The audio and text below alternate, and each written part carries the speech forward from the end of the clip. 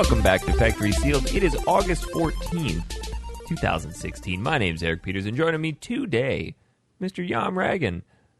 Hello, friends. Hi, Tom. We've got Miss Jess Clark. What do we call you? I don't know. Clark here. Is it changed yet? No, it's not fully changed. Okay, so Clarkson. Jess Clarkson. Passport. And I just bought a 10-year passport. Aww. And those aren't cheap. No, it's like $180. I mean, that's cheap compared. I think I paid $250 for mine. Until you change your Skype name, I'm gonna have to still call you Clarkson. Quite. True. Is it Skype official? No. Yeah. No. Is it Twitter official? No. I think I just have my last initial. T? Yeah. T. Let's see. Oh, I see. And you can't change your Snapchat name, which I'm really annoyed about. Oh, time to start over. I know, but I don't really want to. Speaking of Twitter, hold on, not to sidetrack to the end of the show here, but what the hell is your new Twitter picture? Is that from Mitomo? Yeah. Because that is pretty titties. I haven't seen it. I just saw a purple aura, but I haven't clicked on it yet. It's a cat. I think you should change it to the picture that I took of us. Oh my god, I feel like no one should see that picture. I mean, I don't think I've played Mitomo since I took that picture. Like, I don't think I could get any better. I go on like every couple of weeks and I'm like, no, still the same. Yeah, I burned out on it really quick. Just like I burned out on Pokemon Go. I'm still all about that. The changes that they've made recently have just been... Shit. Yeah. What changes did they make? They totally abandoned the footprints and now have grass. Oh, I know that one, yeah. I just wondered if they made any others. The Pokemon a lot harder to capture, too. Sometimes it'll take me 10 Pokeballs to capture a Pidgey with 12 CP. Really? Yeah. That's bullshit. Yeah. Do you hold it until it goes to the smallest circle? Jess, I know how to play Pokemon Go. I thought you were supposed to hold it till it's the biggest circle. No. Till it's as small as the ball can fit in. Okay. And then you got to bop it on the nose and go boop. See, it's not common knowledge. Well, it's a little obtuse with how it introduces you to the game. Like, this really... you have to ask all your friends to find out how to play it the best way. Yeah. It's not great, user interface either. No. But I'm the same. I've not actually opened the app for ages. Well, plus I got burned out on seeing the same shit over and over and over. I may open it up when I travel a little bit in a couple months, but... Yeah. I've got eggs to hatch, and I'm just not hatching them. They've made me too. They've made changes to it now where if you're driving and playing it, it warns you, like, hey, you're going too fast. Yeah, you're going too fast. Oh, shit. Are you a passenger? Really? Don't tell me how to endanger my own life, Pokemon.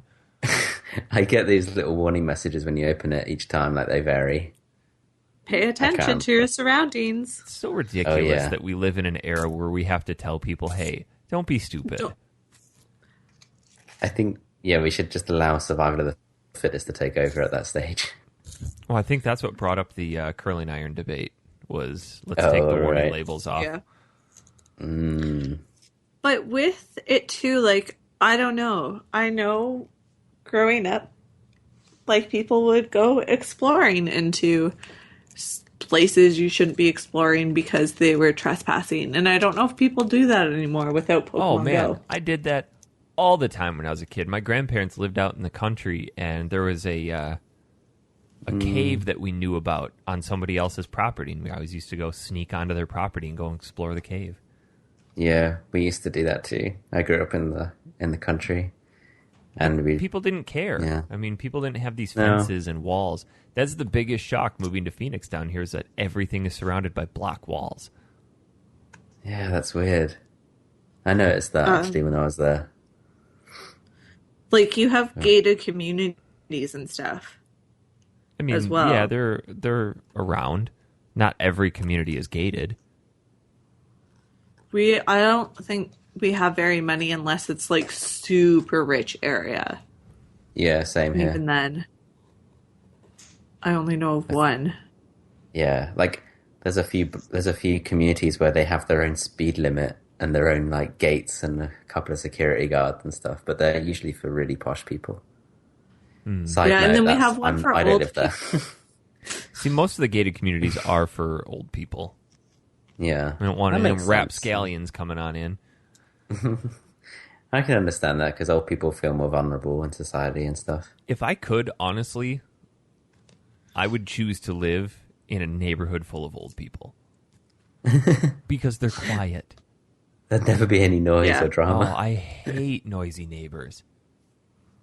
Oh yeah, I'm quite fortunate. I don't think I've had any noisy neighbors. Everywhere Oh my I've God, I lived, I've hate my had neighbors. noisy neighbors. My neighbors smoke pot at like wake and bake every single day. Our And then they neighbors smoke stay pot up as well. super late smoking pot. So like whenever you go outside, it smells like pot. And they drink and party so loud Is that this at your new house? No, my current house. Oh, well, at least you know you're getting out of it. Yeah, the first like when we were like, oh yeah, we just moved here, and then the first couple of nights they were doing that, and I was like, no, first thing that we're doing is putting up a fence. That's why when new What's neighbors move happening? in, you go and introduce yourself, and you just subtly drop hints of like, this is how shit goes down in this neighborhood. We don't tolerate this, this, this, or this. That's true, but like I have people walking by if I'm outside, and they're like, "Oh, like, are you the new neighbor? Like, you sold your or you just moved in, right?" And I was like, "No, I'm the old neighbor that is moving out." Oh, And they're how probably long all did going. you live here? They're probably thinking like, 6 thank years? God. 6 years moved here.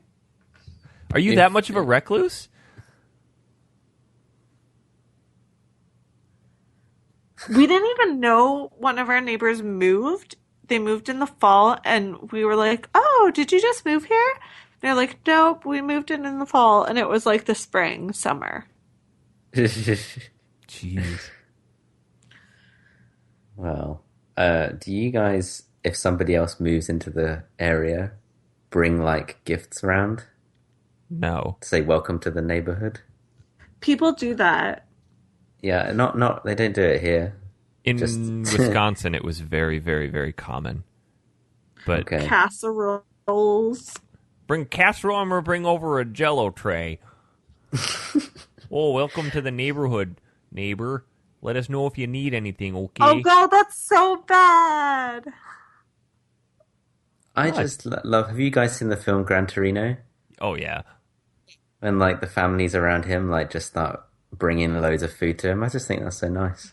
I had a coworker that for a couple of years moved from Phoenix up to Minnesota.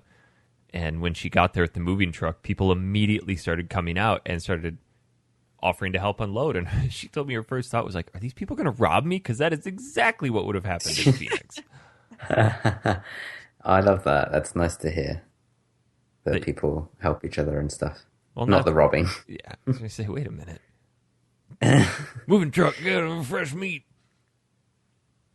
No, it's a shame that it would be like your natural first thought is that you're being robbed rather than being helped. But it's one of those things where you have to be, you keep your wits about you and not be naive. But it's nice to know that there are people that just genuinely want to help you. I mean, times have changed.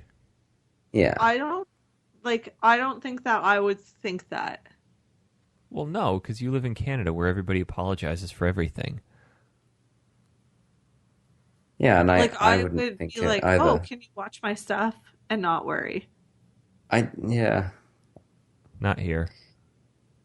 And I would anywhere else in the UK, but London is just, it's so anonymous and random that you just Yeah. don't know who on earth is you're speaking to and stuff. So See, I've asked people like to watch my computer if I go to the washroom or something. Oh, shit. I pack everything up and take it No. with me. yeah. Oh, that takes so long. Or you just hold it. Well, I guess I'm not pooping today. Yeah. Well, they're good people. I saw one guy. He got off the tube, and his wallet dropped onto the seat, and he got off the tube, and when the doors were closing, I was thinking, oh man, he is not going to get that back ever. Ugh. And some woman dived for the wallet on the seat and then threw it, and it went out of the doors just before they closed, and he caught it. That's amazing. Yeah, it was like watching something out of Indiana Jones. And then they both That- gave a thumbs up, like thank you so much, but couldn't really thank because once the tube goes, it goes. You're never going to get. What if whatever he you've were left to, like, if he knew it and turned around and stuck his arm into the door? Would it have opened the door? Or would he have been caught in the door? Like you can brute force your way on. You'll get because the doors won't. They will just eventually open if you push hard enough, like against the mechanism. But like Which is safe. Yeah. But when he turned around, the doors were like so far gone closed that he would never have got in. Like there is a point of no return. And it was just one of those moments where like everyone kind of cheered and like just thought it was awesome. Yeah, that girl's like the biggest badass ever. Yeah, it was cool. She I probably think just I sat would up throw like, it and it would like hit the wall and it would be so disappointing. Yeah, and all his money falls out on the floor. Oh, Yeah. that's the end of that. That's when Tom would have dove all Awful. over it. Gotta get me Quick, them get it. ones. Oh gosh. Anything else new this week? I don't I went have to crazy pay at £4,500. Do what? I don't have Oh, to yeah. pay £4,500 in tax anymore. That's right. You called the government and went, hey, wait a minute. This ain't right. Do you know who I Yeah. am? Do Exactly. you know who my butler Amazing. is? Jeeves, tell him who I am. I called Jeeves straight away and I said, "You're hired again." And he just groaned for ages. Let me Probably. put this margarita down and take my bathing suit off. Yes, Master Jeez. Jonas. Good news, you're hired again. Very well. I made 5-6 phone calls to the government and wrote them a letter with some attached evidence and stuff, which they're still processing. And yeah, they realized it was an error and they owe me money, which I would never have known unless I'd made such a fuss about it, and I would have had to pay it. So And see, Well, that's a what bunch of so many articles. people do is they'll just yeah, look at a bill and take it at face value and pay it. yeah.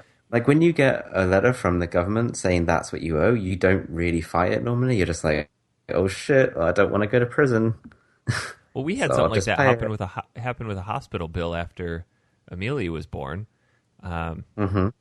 We got 2 additional bills for $4,000 from the hospital. So I called them up and they went, "Yep, that's what you owe." And I went, "No, it's not."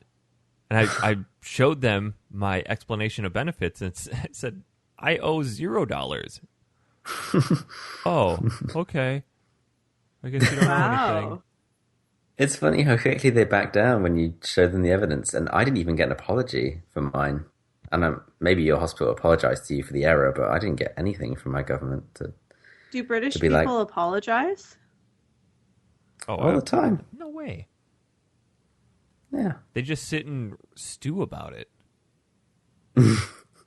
But normally you'd get like, and if you deal with a company, they'd be like, "Oh, sorry," because they want you to spend money with them again. But the government don't give a shit. Like they're not saying sorry to you. So Well, Oh, well. good. Now you can I just don't. not live in squalor. Exactly. Now I can buy things. But I can tell you look- one thing not to buy, Tom. Oh, don't say it. Don't buy No Man's Sky. Oh, you said I should buy it. I did, and Yeah. then I'm retracting that statement. And Jessica, if You've you been so on team No Man's Sky Yeah. for like the last week. You and Kev, loving life. I haven't been flying. I haven't been on it. I've been teetering, and I finally You've been- just fell off. I feel like you've been very hopeful and quite positive about it and optimistic ultimately. I tried. I genuinely tried to Yeah. like it. I, However, I think you tried harder than Dan. Dan was a bit harsh with it. Mm. Like he was a bit abrupt, and I see where he's coming from, but to call it shit, I think is a little harsh. Yeah. The game it I isn't was. shit. It's just not good. It's not a game. That's so sad because what was really sad was when I opened the final Polygon review and they'd given it a 6, And and I was that's like, generous. ooh, That's 6. really generous. Like 6 is like 7. You're like, okay, some people will like this, some people won't. Yeah. When it gets down to 6, I'm like, this is no longer something niche. It's not a great game. It's not a good game. Like 7 is good, 6 is mediocre. I think had the game been $30, That's what I was just going to ask. Is it the cost that I think puts it into the tier of being people expecting to have a much more Yeah, engaging, interactive type of game? I don't and know. the insane hype. I've played games that were a fraction of this cost and had 100 times more depth to it. But Yeah, to your point, though, Tom, I don't know if it was the hype that killed it for me because I'm trying to figure out the best way to explain this. it's like if you're a developer, you're gonna hype your game because you spent a long time making it. So I totally understand when developers hype it. They want people to write about their game and play it. So I have no problems with Hello Games. Like they did what they could. They pushed out a product they believed in. I think it's everything else surrounding it. It's probably the blame is probably a lot of it is on us for, really hyping this Yeah, thing and more that's than the it thing. should have Sean been. Murray went to great lengths, at least from what I read and what I saw, to really not generate excessive amounts of hype for this game. However, I think by doing that and by holding back so much, he, in the process, created more hype. And Yeah. there's just, when a game reaches this level, there is no chance it can ever live up to the expectation. And unfortunately, I think Last Guardian is going to fall victim to the exact same thing. People have Yeah. this Yeah. image of what this game should be. And when it comes out, it's just not going to be that. And I think No Man's Sky is a fantastic example of just how damaging gamer anticipation and expectation can be to a game. And I didn't watch anything about this game or read anything about it outside of the Sony conference trailers. That's it. So I went into it with this expectation of like, hey, here's what I saw. This is what I think it's going to be. I didn't read all of these exposés on it. I didn't watch all these trailers, these gameplays. I just wanted to go into it open-minded. So I'd like to think I went into this game as clean slate as I possibly could without any expectations, unjustified expectations. And it just, the first couple hours were incredible.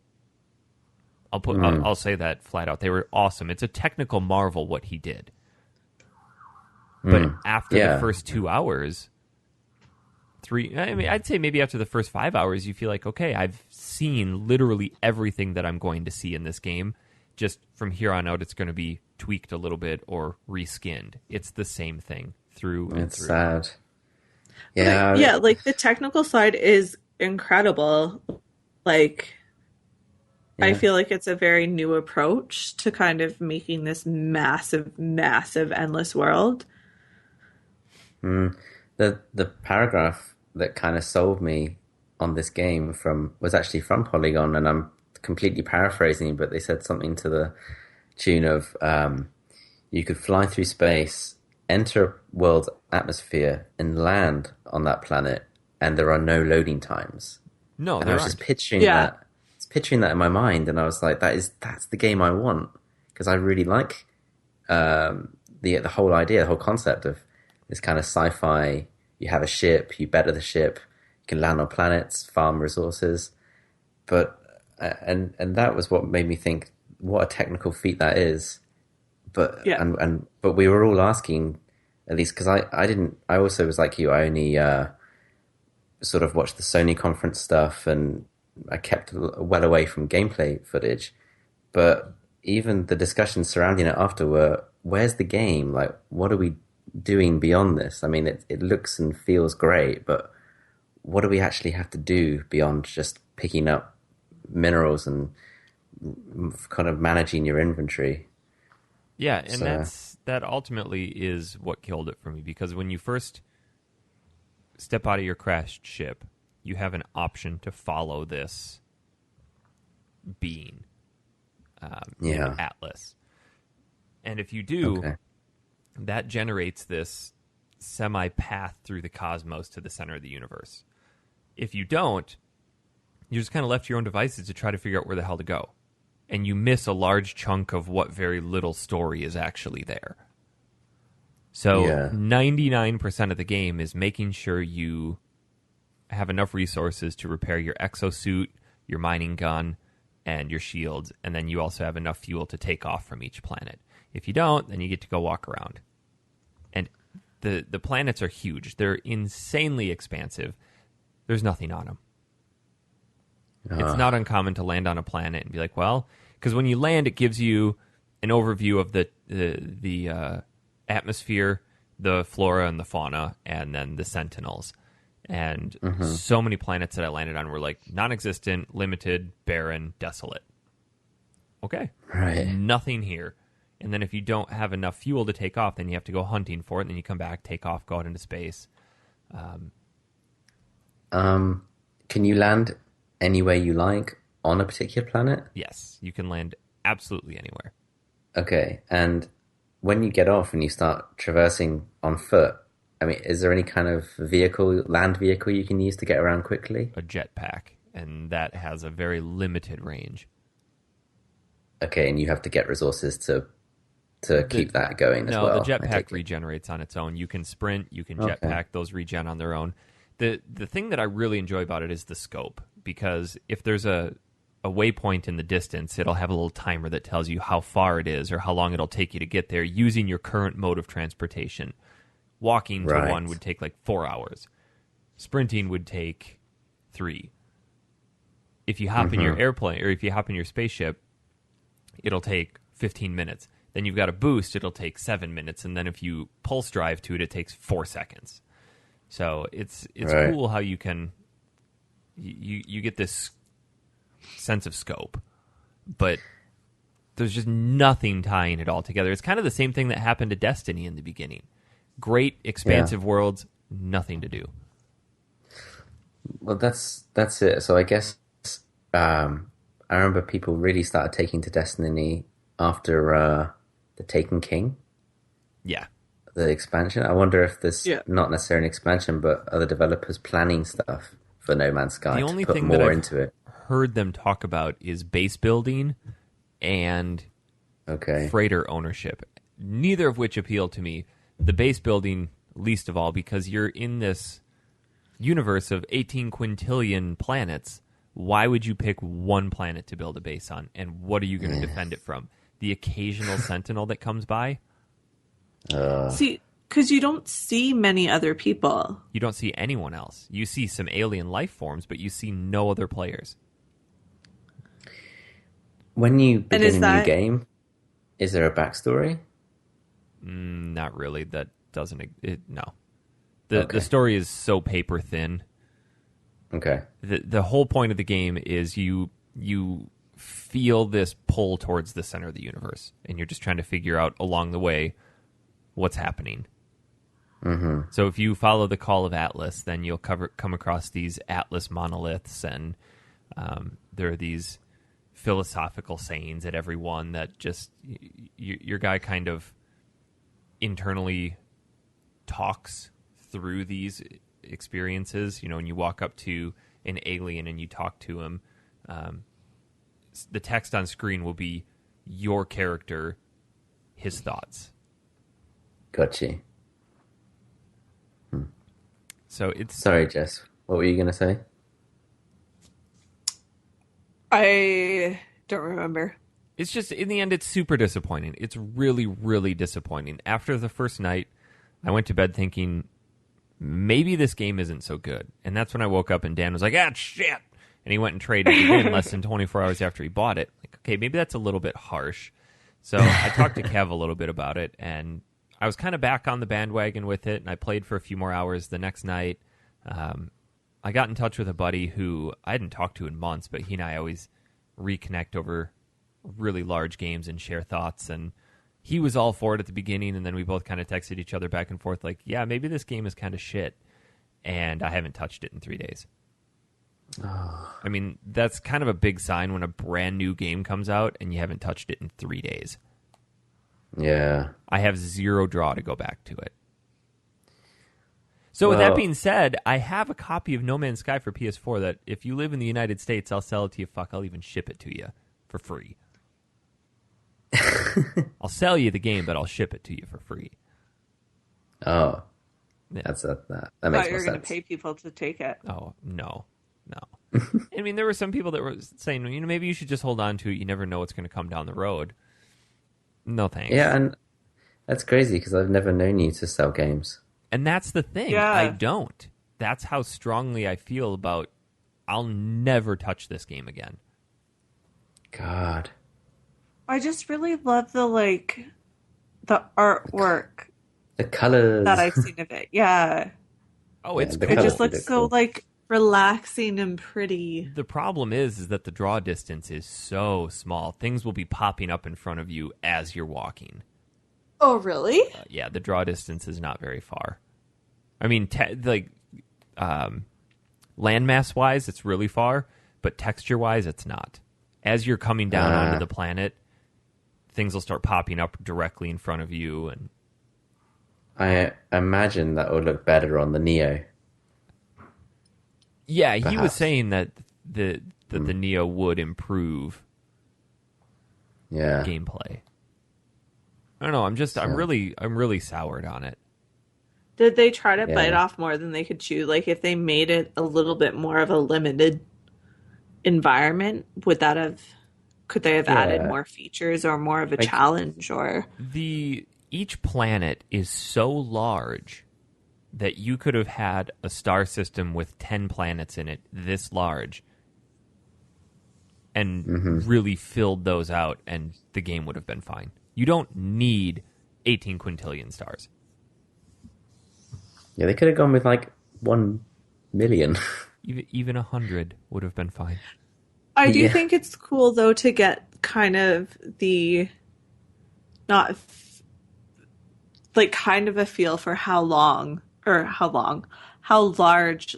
entire universe is.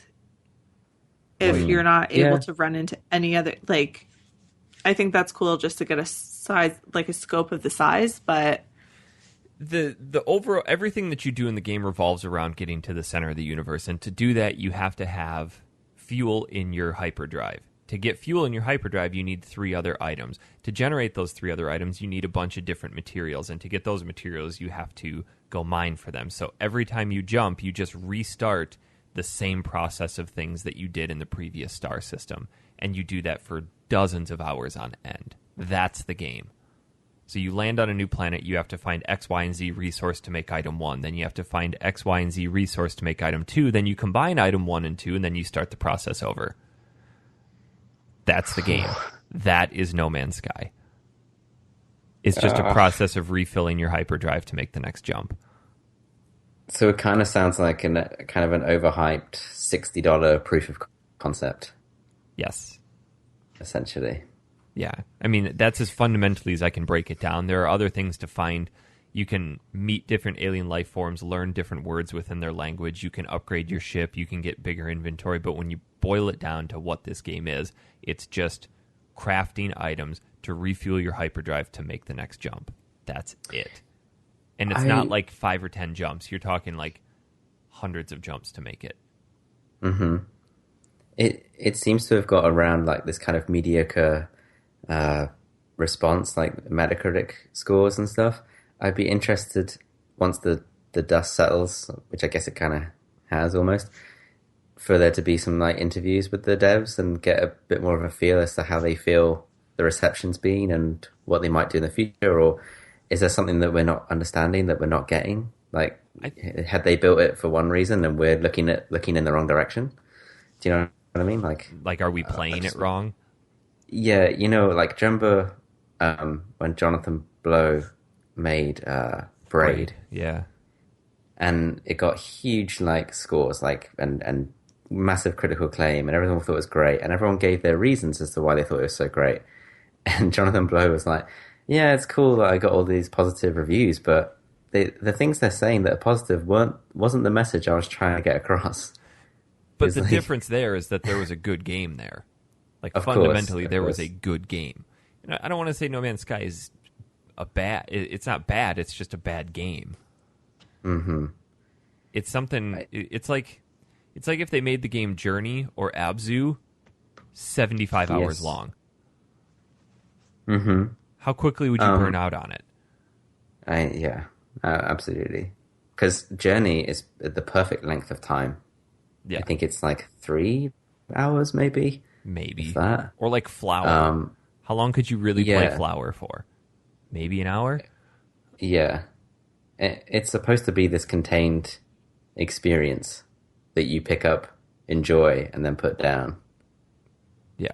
I like Journey really scratched that itch for me for that small, nice, relaxing experience. And Play I would through it once, happily put it play down. that again. Yeah. Yeah, I'd happily play through it again in a year or something, and same with things like Flower. Speaking of Abzu, I've not actually played it yet. I've heard that it's not quite as good as Journey. No, I don't think anything would be. No, Even though I really didn't care for Journey too much. no, I remember speaking to you about that one. Jess, have you played Journey? No. I wanted to. I feel like you'd like Journey, yeah. I can't remember. Yeah, Absu I really fancy, but apparently they've introduced like collectible and stuff in it, and it just feels like it's just out of place. Like it's not supposed to be. It's supposed to be somewhere between game and interactive experience, and Absu leans more towards game, but then it's not a very good game, so it kind of lets it down. Ugh. So That's too bad. I'd still like to pick it up when it's on sale, but I think it's about £16 at the moment, and I think that's a bit steep. I think if you could me. snag No Man's Sky for $20, it'd be worth $20. It's not Okay. worth $60. I think I will buy it. Despite everything, I just kind of want to experience it for myself. But Like, you're gonna buy it at full price? No, that's what I was just gonna say. Yeah, I would. I agree. The £20 price mark is where I see myself. I think it's pretty. 'Cause- It's go ahead, Jess. I was going to say, are you paying though? Like, should we be viewing it more as paying for an experience, like an artwork type of experience where it's not necessarily a game or a story, but kind of like an immersive environment? Yeah, It's not really that immersive, Simulator? though. It's Yeah. really not that immersive. and then someone fucked up the marketing like behind it. I was under the impression No Man's Sky was a game, Yeah. way more gamey than experience. And I think they got so wrapped up in making this massive universe and then working out how to do the transitions from space to planet to walking to hyperdrive that they got to the end and went, well, fuck, there's no game here. yeah, it's crazy. I feel bad for them. It's like 5 years they worked on this thing, and they. Which is why I don't want to discredit their accomplishments, because as a feat of technology, it's amazing. I never would have thought I'd play a game that would have been 100% seamless like that. Yeah. Now, granted, the way that they built those loading screens in is really interesting, because as you're entering the atmosphere of the planet, your heat shield heats up and things get blurry, but you're still controlling your ship as you're going down. Or as you're hyperdriving between the galaxies or the stars, it's just like warp speed on Star Wars. That's clearly a loading screen. Wow. That's awesome. Yeah, that's just, I don't want to waste too much time talking about No Man's Sky, but I think it's at least relevant to point out, like, it's pretty divisive. Either people despise it or they really enjoy it. Yeah. And I'm leaning more towards I despise it. Like I'm drifting towards that category because I lived through Peter Molyneux levels of hype for games. Fortunately, behind his hype, there was still a good game. Fable, the original Fable was still a good game. I remember it well. There isn't a good game behind it. Yeah. It's sad. It is sad. Mm-hmm. Especially since I think they, not to harp on too much, but I think when the game passed certification, they had like those sort of 3 months to build even more on top of it onto that first patch and get that through, and they'd kind of added a ton of stuff and worked probably endlessly, weeks and weekends on this thing to make it the best game they could. I mean, that's always got to just be a dick punch as a developer. Gosh. And yeah. You create this product, you pour your heart and soul into it. Who knows what personal troubles these people had as a result of this game, and then it comes out and everybody just collectively goes, eh. Yeah, exactly. That's exactly right. You know, it's like when I finished, it's like lots of games do it, but I just specifically remember finishing Gears of War, and at the end there's like the credits and all these people that are like, just want to say thanks to my wife and my understanding wife and kids for me spending hours and hours in the studio developing this thing. You know, like without them, I wouldn't have been able to do it. So there was a game that I don't remember what it was, but I remember playing a game where at the end it talked about, or it had a list of all the babies that were born to the developers while the game was in production. I just thought things like that were pretty neat. It puts a face behind the games. I think a lot of people forget that. They just rip into a game without realizing, like, you know what? People made this. Yeah. Yeah, for our enjoyment. Yeah. Speaking of people making something, did you guys see the news from last night about an upcoming massive game? No. Yes, I did. I saw it yesterday morning, and then I went to my game shop to. Cat bought a mug from there, and it had a crack in it, so we had to replace it. Oh my god! And then behind her on the huge TV screen, the sales assistant, they playing on repeat constant traders of Final Fantasy 15, and I was like, I'd heard the rumor in the morning, but I just was like, when's that coming out? And she's like, oh yeah, 30th of September, and I was like, I'm not so sure it is. That's wrong. So Final Fantasy 15 has reportedly been delayed till the end of November. It started leaking last night where the higher-ups of GameStop corporate chain were being briefed on this. And there was actually a picture on Kotaku that was being sent out to GameStop along with a sticker to revise their Final Fantasy 15 standees with a new date. So it still has yet to be officially announced, but it's probably true. Which is kind of a shitty thing because they went through this huge ordeal of creating an entire press conference to announce the release date, and then it gets delayed. Yeah. That's shitty. That's crazy. Yeah. And I'd kind of moved everything aside for that date. Like I kind of thought like, okay, I'm not going to start this game now or whatever because 15 is around the corner. So you've got extra months. You got 2 more months. Exactly. Time for some trails in the sky, Tom. Yeah. I liked I think you retweeted somebody that was like... Oh, from Jason Schreier. Okay, if you've got 2 more months to... Some other JRPGs you could be playing in that time. It's just all Trails in the Sky. Trails in the Sky, Trails of Cold Steel, Trails of Cold Steel 2, and so on. So... It's amazing how firmly I'm behind those games, and I have yet to play them. I know.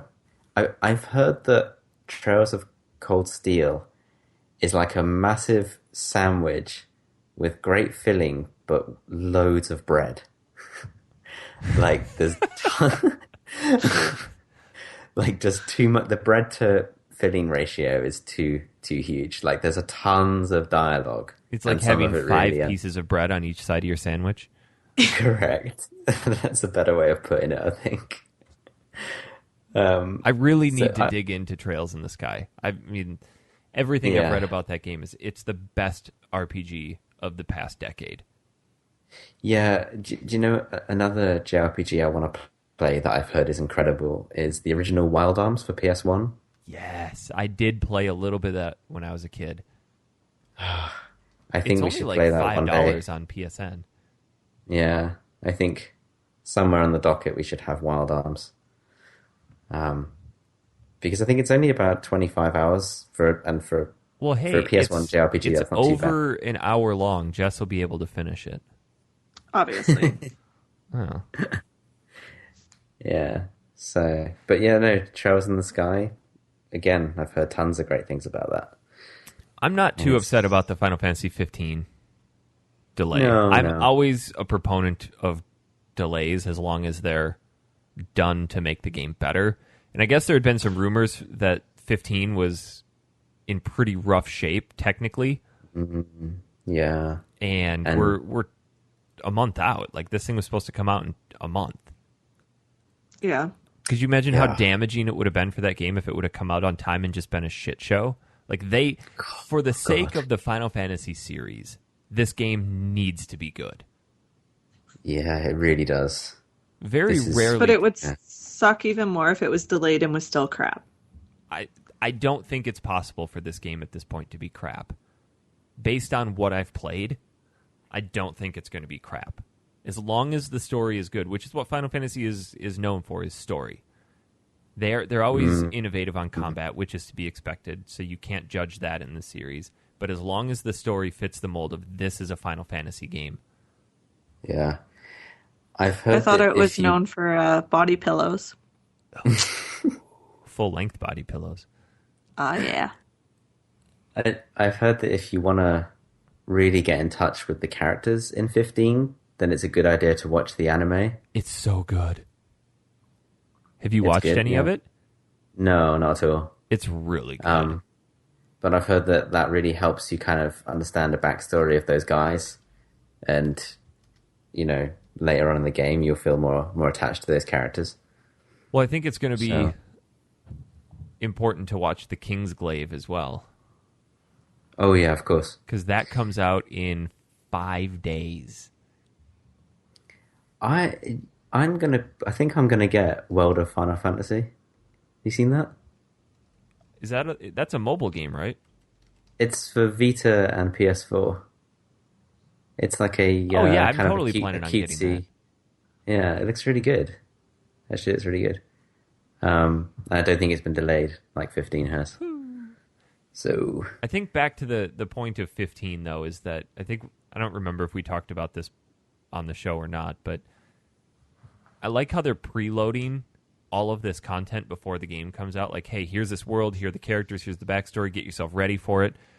They tried to do it with 13, but they did it backwards. They did the game, and then they're like, oh, here's all this extra shit. Like, nobody cares about that. Because 13 was shit. Yeah, unfortunately it was. I quite liked the battle system, but the game overall was I didn't even finish it. So, in fact, go ahead, Jess.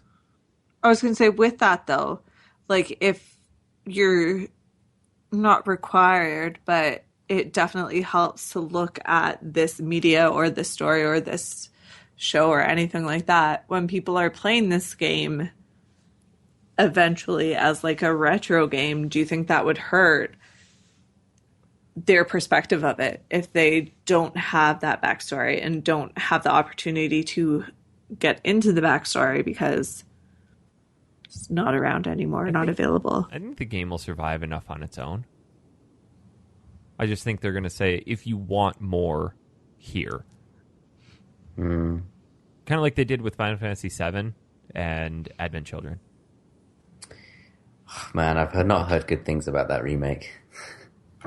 About the I 7 keep hearing, remake? yeah. People have been saying, please don't hope for Final Fantasy VII as you know it, but with great Advent Children graphics. It's more of a retelling than a remake. So, like, you won't get the world map, you won't get the bits in, like, Wutai and all this kind of stuff. It's more kind of linear episodic, with big battles and lots of great combat. Oh, boy. And they're going to be, like, 6-7 hour episodes each, maybe 3 of them.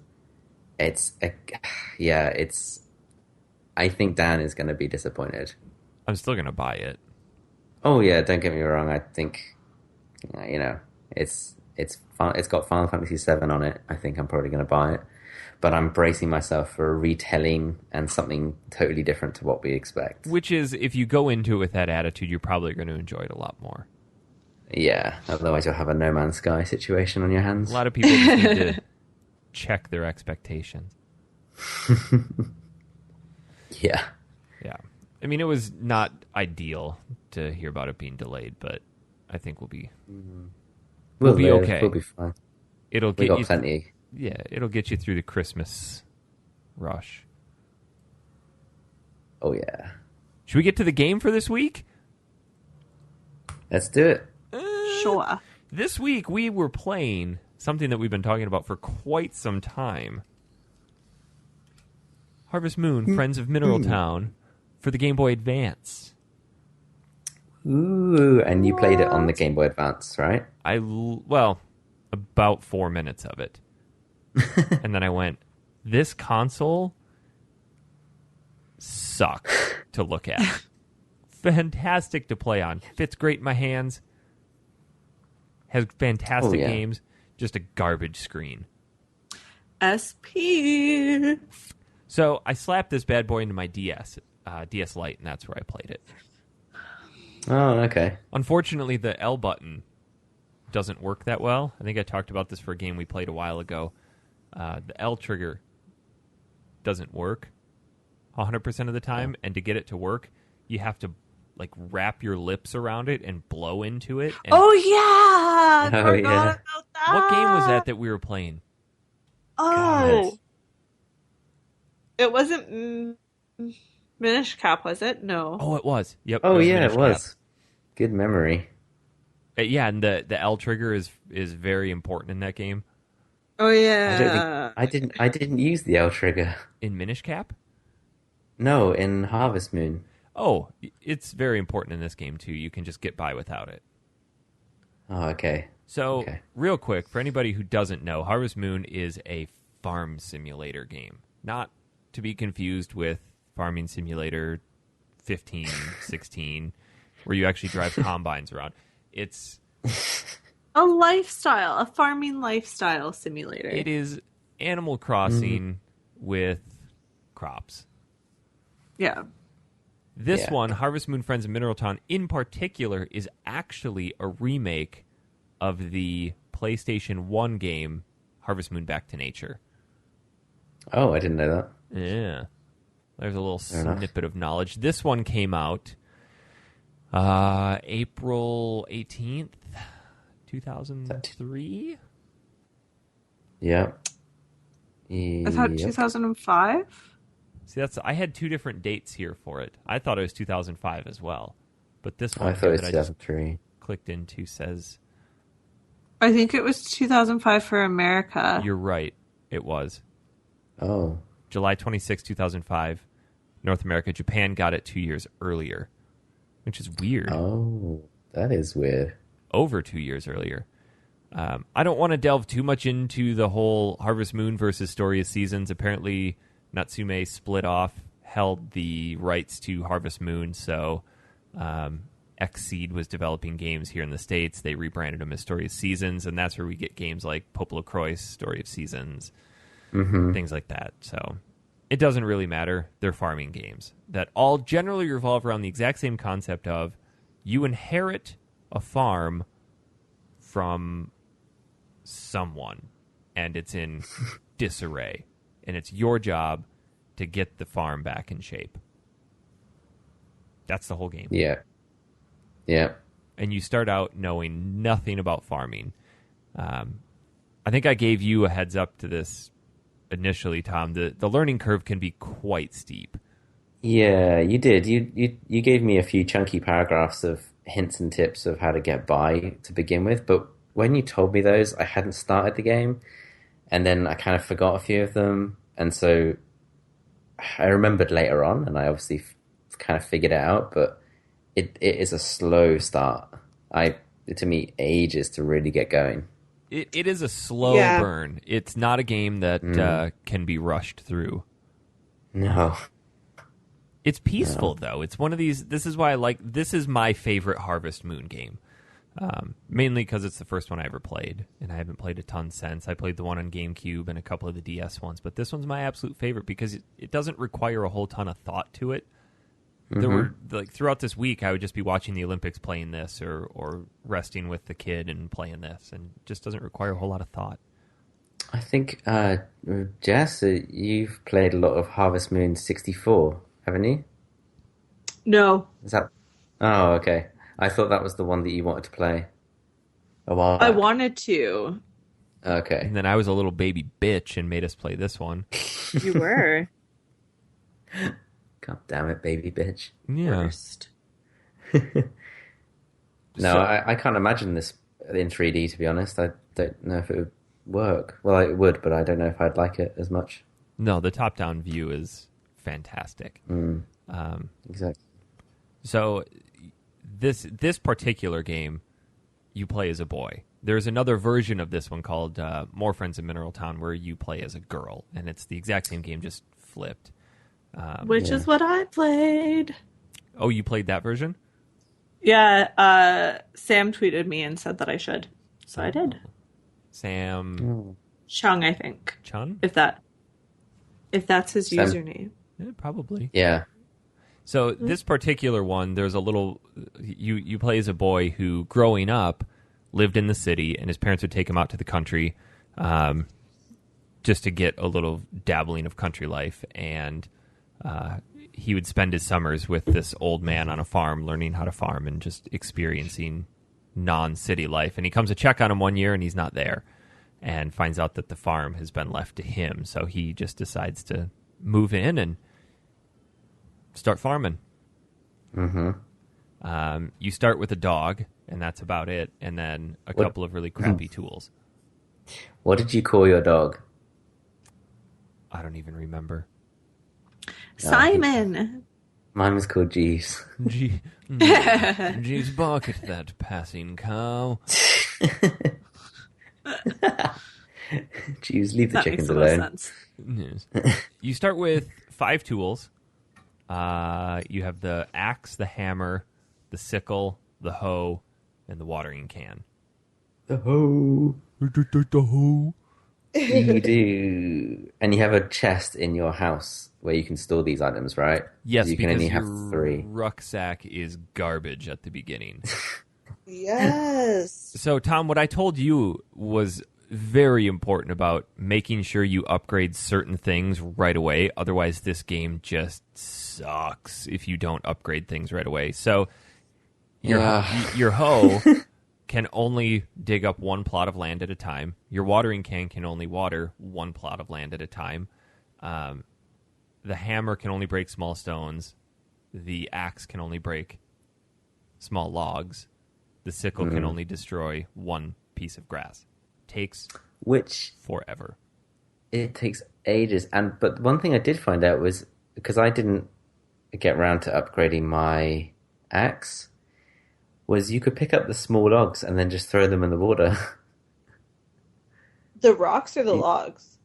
The logs. You could just throw them in the grass and they would destroy too, wouldn't they? Yeah. No, the grass disappears if you pick it up and throw it. But if you pick up the logs and throw them, they don't disappear. Even Mine if you were. throw them on the green part of the grass outside the field that you can farm on? I don't recall doing that.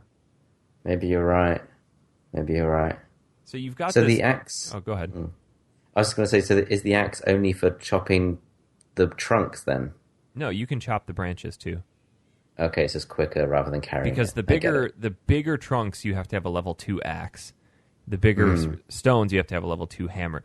The beautiful thing is that to gain experience with your tools, you don't physically need to use them on their respective items.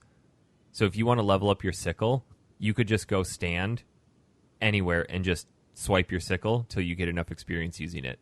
I didn't know that. When you press select, I think I tweeted out a picture that shows the experience screen for the tools. The reason this is called Mineral Town is that there are mines that you can go in and farm for minerals, and then you can take your tools to the blacksmith and level them up according to bronze, silver, gold, or mistral ore.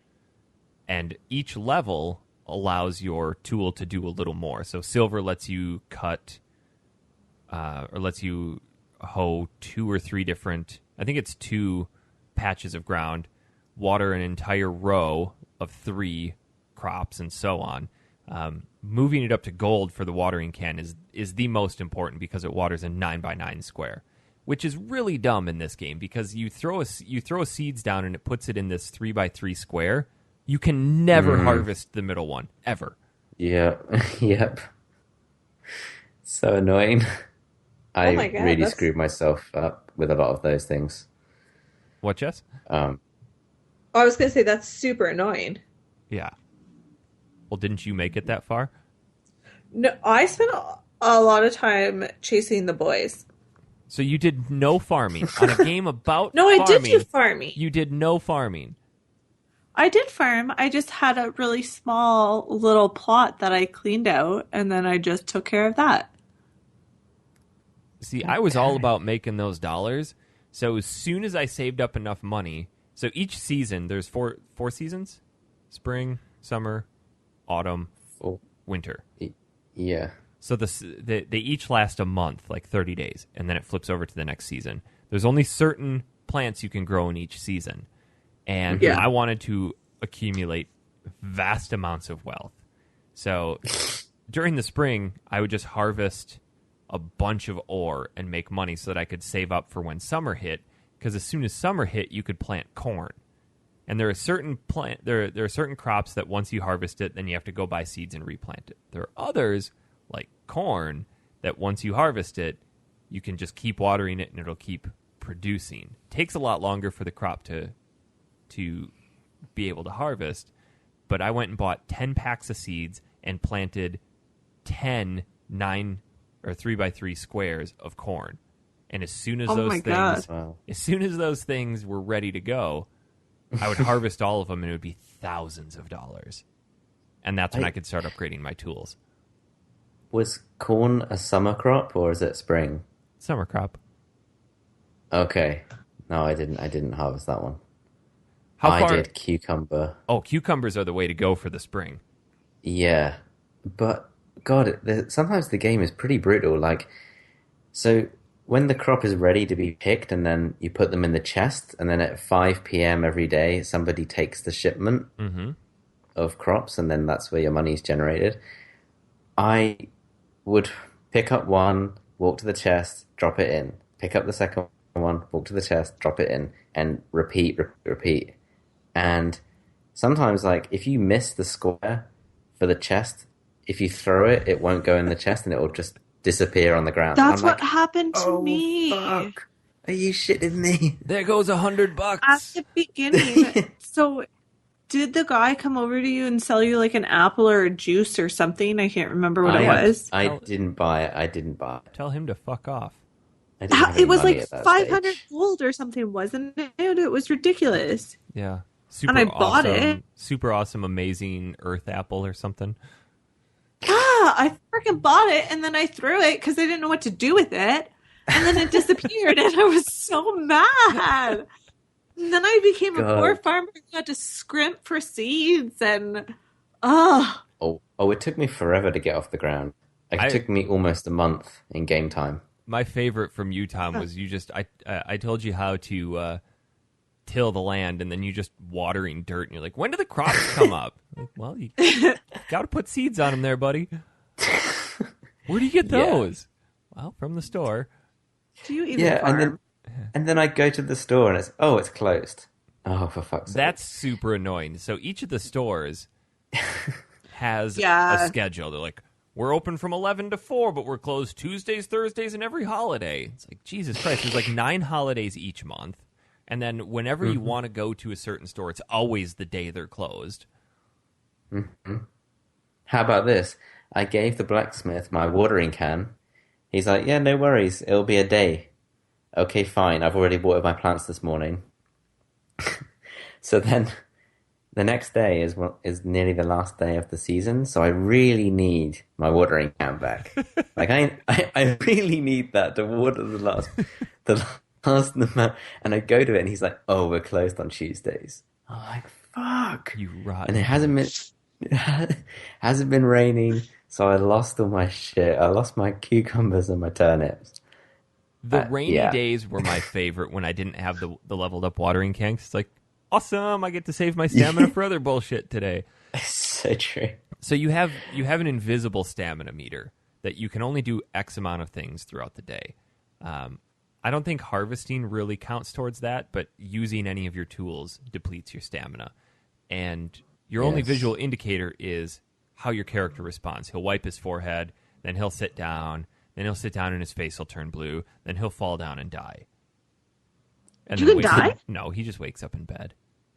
Oh, But so like passes out. RPG style. there are black leaves that you can eat that restore stamina and fatigue, or you can cook food and take it with you into the mines. Or go to the can spring. Also, the spring outside the mine. Oh, That'll yeah. recover your fatigue as well. That's what I did when I was grinding up to the gold level on my sickle and my axe. I would just stand out there and then just use my tool over and over and over and over until I turned blue, and then I go hop in the spring, come back out, do it over again. It was annoying though, because you would pick up in the mines, you'd pick up a piece of ore, then I had to press the right button to put it in my backpack, not throw it on the ground. I kept getting the buttons mixed up. Oh, I was playing the game on a PSP, and so PSP has more buttons than the GBA, so I'd just be It's pressing easy the to wrong one remember all on time. the GBA because it's just B for backpack. Just drop it in your backpack. Yeah. There's so many goofy button combinations that you can press too. Like if you press B then A, like really quickly, it'll take you instantly into your rucksack. Or if you hold the L button and then tap B, it'll switch which tool you have. Or I think if you hold L then press A, it'll switch which item you have. See that? Yeah, that would have really helped me. And I found that when I was mining, if I put like silver ore or bronze ore into the chests, I didn't find you got a good return on that stuff. No, not really. Like it's more for upgrading your stuff, obviously, but I thought if I had spare ore, I could just chuck a ton of these in the chest, thinking, "Oh, I'm gonna be rich in the morning." There is in the winter a new mine that opens up. It's in the middle of the lake. The lake freezes over and you can walk out into this mine, and there's more valuable jewels in there. Because you can't farm during the winter. Oh, I didn't know that. I only made it as far as near the end of fall. Yeah, I made it to the end of winter. Yeah, I didn't get to. Okay. Yeah, it's How far did you get, Jess? Middle End of of spring? fall, maybe? so we all okay. made some pretty good distance on it. No, yeah, I listened to what you said last week. I thought I'll dump some hours into this. And I'm glad I did, because I didn't start actually enjoying it until probably yesterday morning. It's really Like- addictive. Yeah, like really enjoying it, because then I was like, I'd get up in the morning and then I'd be like, okay, I need to water these. Then I got to go and pick up my can from the blacksmith. Then I need to go and buy some seeds, plant those, water those, go to the mines, pick up what I need to put that into my inventory, go to bed. And then there'll be something else to do that day. And then somebody might come around and be like, there's a contest for making something, like making a crop and then submitting it or whatever. So like once you had your routine down, that's when it started to get addictive. Like, and you had things to do. Because for a while, I was just watering and then just going to bed. So you I was turn in well, at like 9:30 in the morning. yeah, because I was like, I can't do anything else. I haven't got any money, and I didn't know about the mines at the time. And I was like, well, I guess I'm just going to wait for these things to grow, these 9 turnips, and then not access the middle one. And that's where, unfortunately, the game does also lose a few points, because it does become quite repetitive. I can see that. So did you start dabbling into animals at all? I didn't. I No. wanted to get to the stage because I met one of the girls who was had chickens or something, and she was like, "Come see me anytime you want to buy a chicken." And when I did, though, I didn't have enough gold. Oh, Um, so Yeah. like the romancy type of options too. Like, were the girls the ones that were working in yours then? And the guys were just kind of sitting around? oh, I don't know. I With didn't the really pay attention to that. I didn't play around with the relationship stuff much. I would I walk around didn't and give either. her like a mushroom or something, and she's like, "I don't want this." But Oh. it seemed like every girl loved you in Friends of Minor. Like every girl you spoke to, there was like a heart Well, thing it's bouncing around. black. It's a black heart, and your goal is to try to get it to be red. Oh, okay, I didn't know that. Yeah, it just Fair shows enough. that's what indicates that is a They're a bachelorette that you can potential. woo. Okay, You can yeah, this game, lure into your shack. the the game, the game's definitely got quite a bit of depth, like with the whole relationships, and then there's the animal side of it.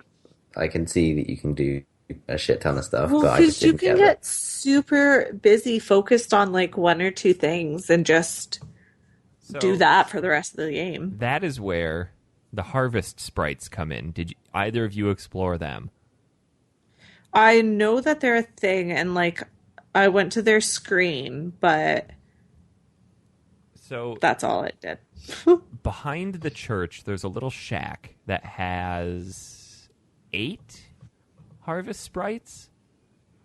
Yeah. Right. So what you need to do is give them gifts, and the easiest gift to give them is just colored grass that you find in each of the different seasons. So there's red grass, green, aqua, blue, so on and so forth. Pick those up, go give it to them, talk to them every single day, and eventually they will become your friend. And you can train them to water your plants, harvest your plants, or take care of your animals by playing little mini games. The more you play those mini games with them, the better they will get at their respective skill. So if you know how long it's going to take for your crops to grow, you can go to them the day before and say, okay, I need you to come and harvest my plants. Okay, how long do you need me here for? And you can say 1 day, 3 days, or a week. And if it only takes them a day, talk to them at the end of the day and be like, oh, your work's done. And then you'll maintain the relationship. But if you overwork them, then they start to like you less and less. So you can get all 8 harvest sprites at full potential and full relationship, and then basically your farm just manages itself. Huh. It's a lot of work to get to that point. I That sounds pretty like a lot. actively tried to build up my relationship with the harvest sprites, and I only got 2 of them to the point where they would be worth anything. Oh, Because man. what they do when they come out to water is they'll just water this square, and then they'll go to a different patch and water that square.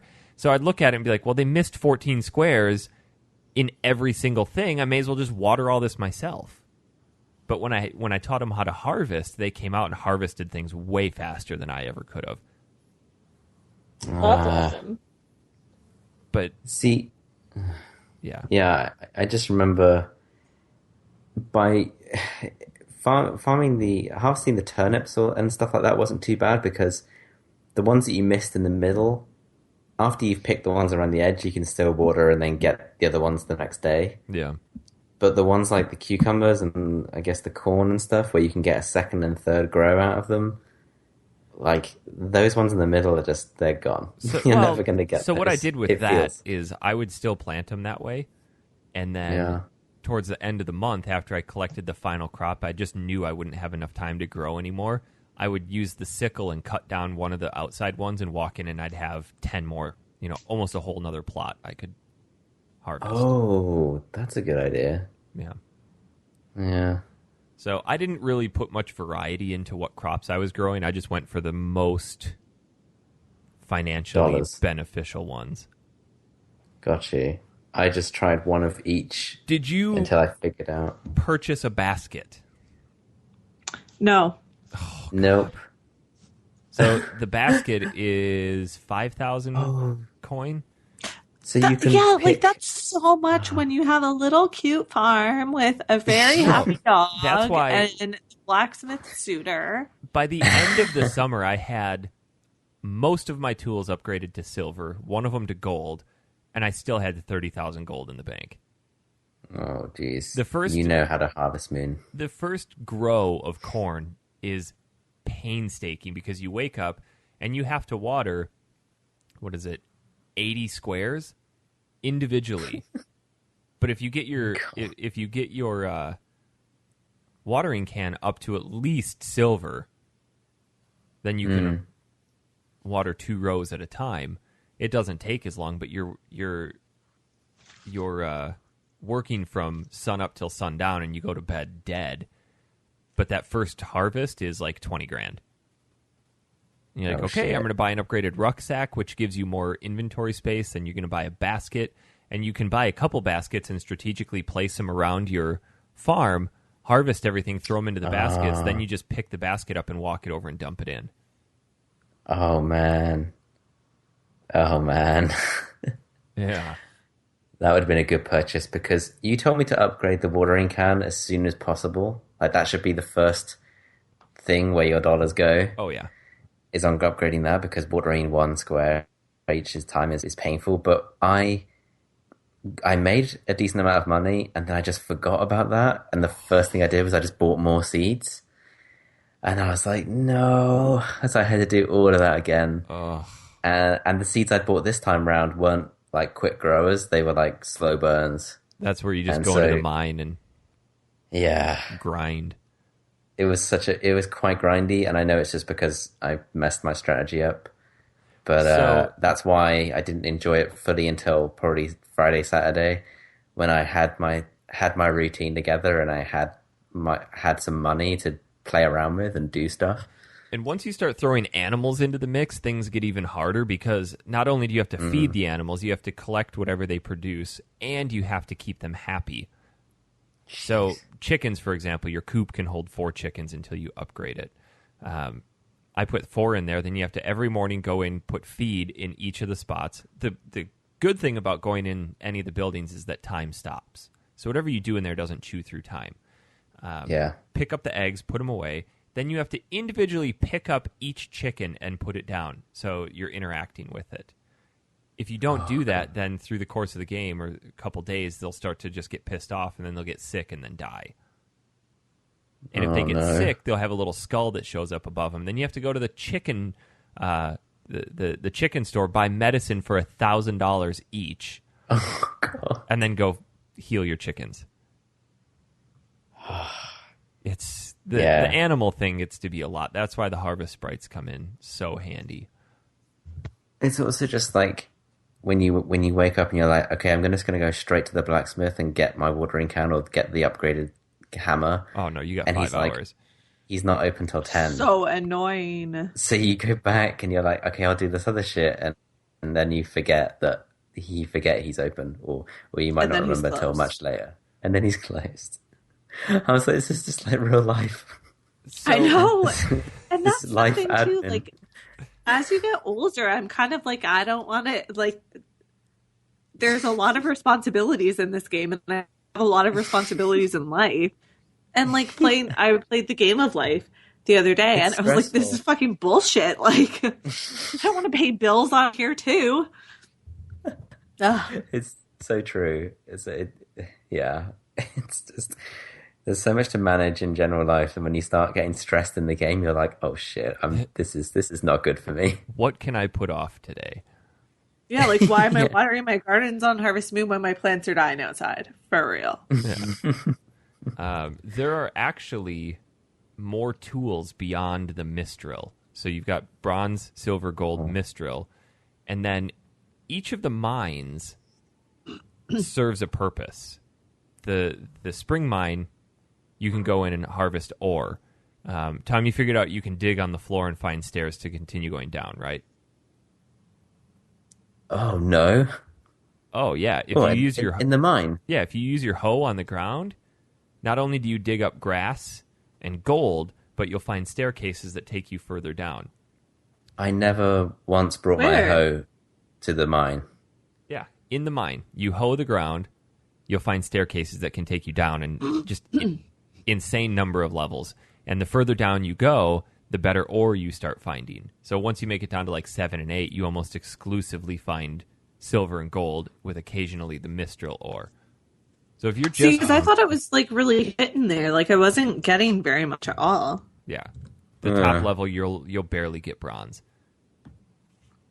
So the lake, if you make it to winter, the lake mine has jewels in it, but as you dig further down, once you hit floor 49, you can start finding cursed cursed tools. So once you have all your weapons or tools up to Mistral, you have to have them all at Mistral for this to work. You can find cursed tools, like the axe, fishing rod, hammer, hoe, sickle, and watering can.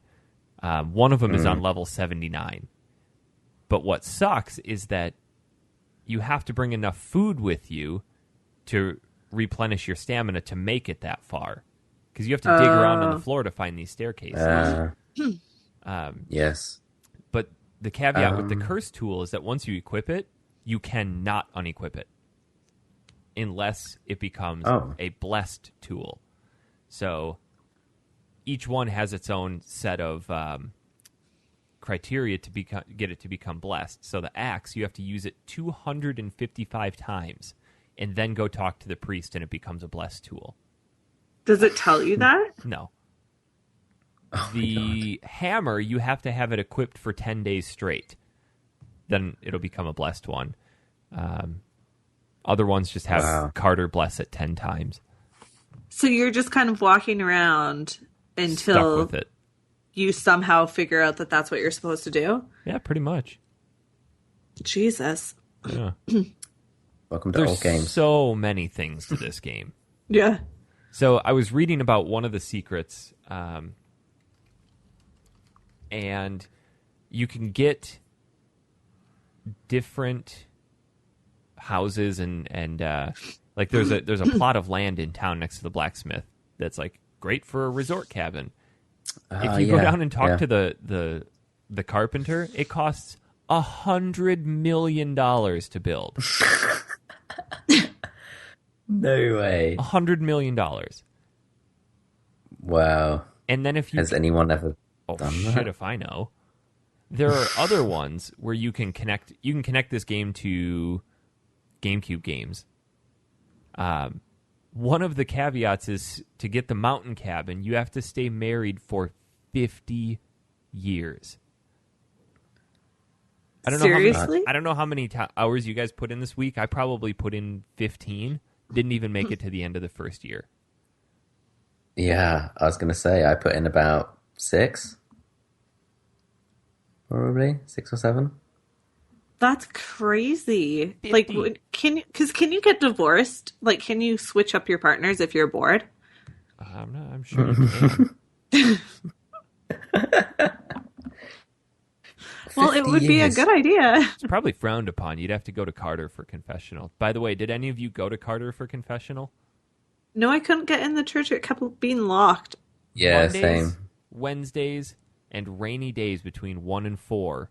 You can go Are you into effing kidding me? the The confession. hours aren't even posted. No, they're not. Yeah, You can go into the that's church true. whenever, but there's a room in the back of the church that's always locked. Mondays, Wednesdays, and rainy days between 1 and 4, that room's open, and you can go in and confess things. So if it shows up, like, the townspeople don't like me, all of the villagers will increase their affection towards you.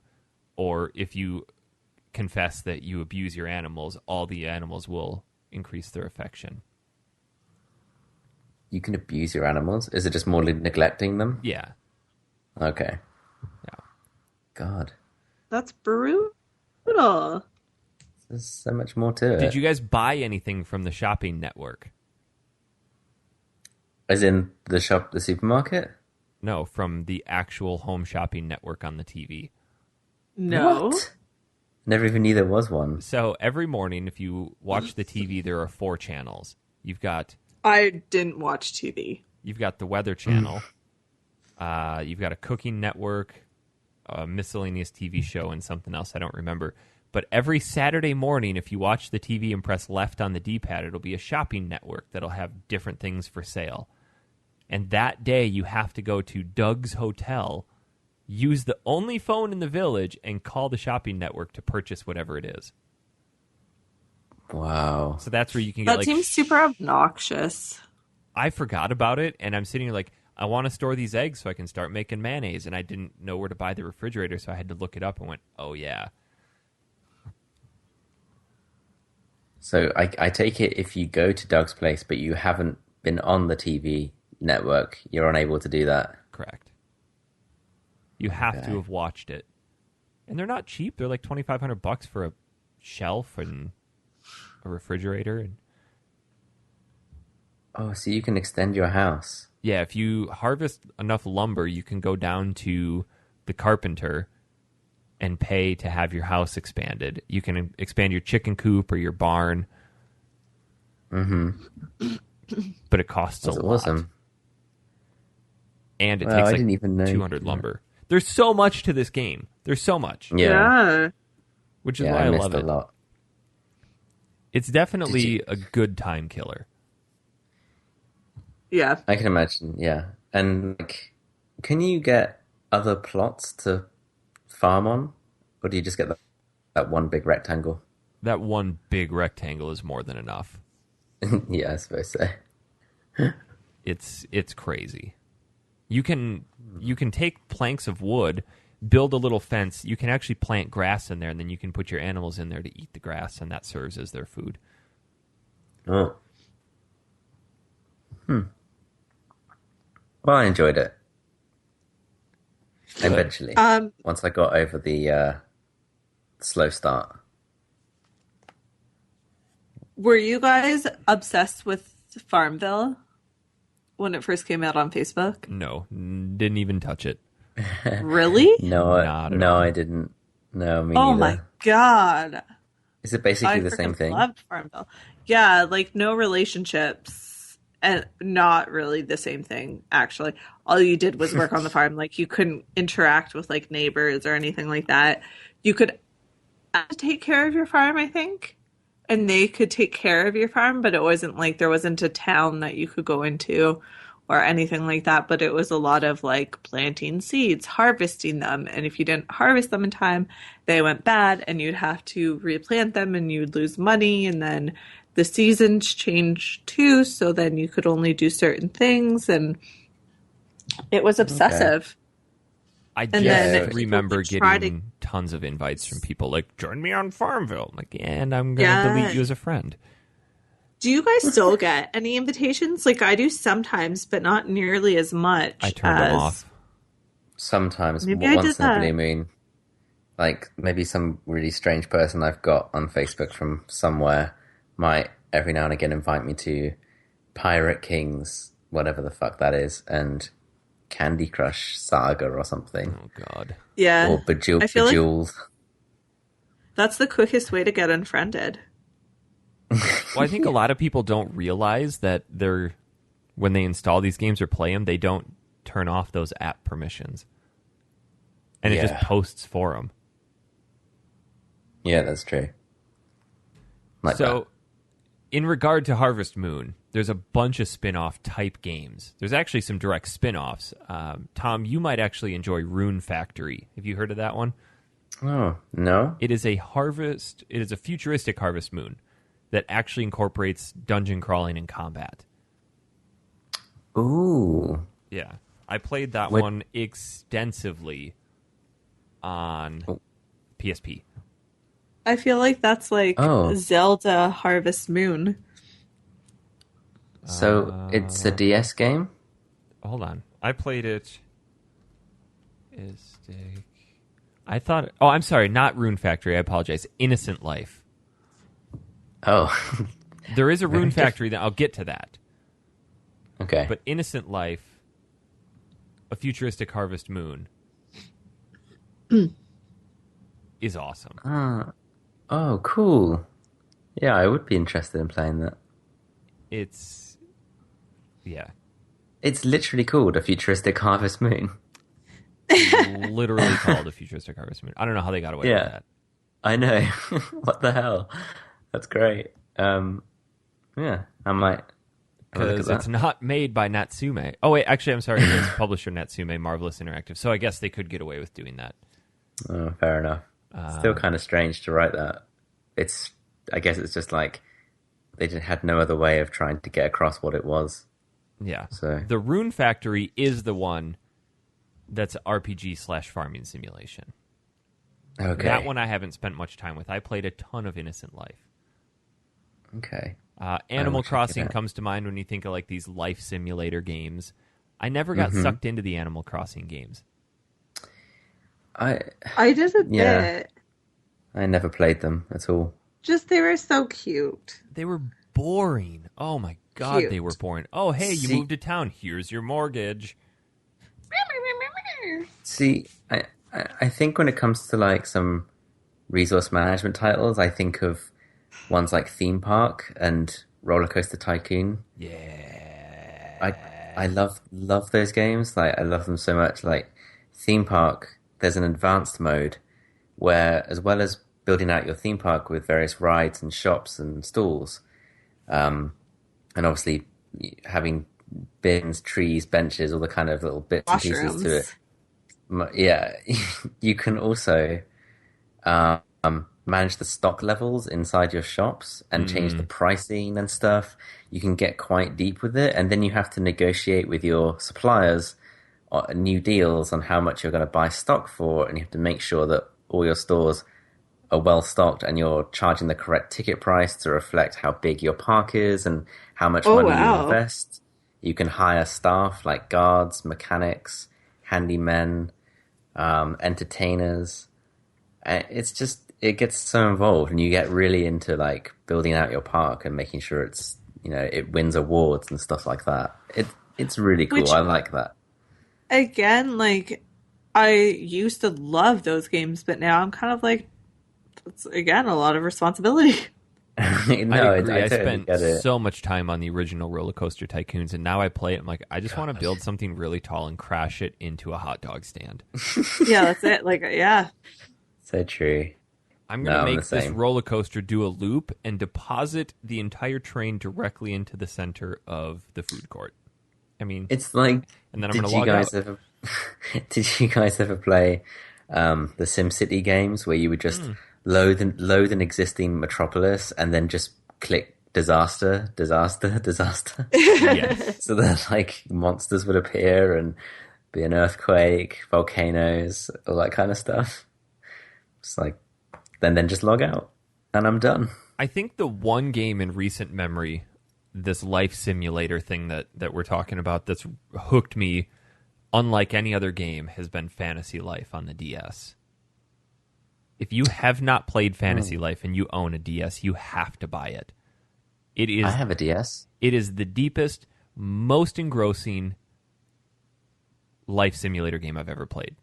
To the point that my wife, who she plays games, but not much, bought a DS and this game.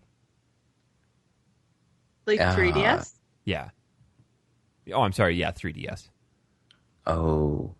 It looks super cute. So the point of Fantasy Life, this was my game of the year 2 years ago, Wow.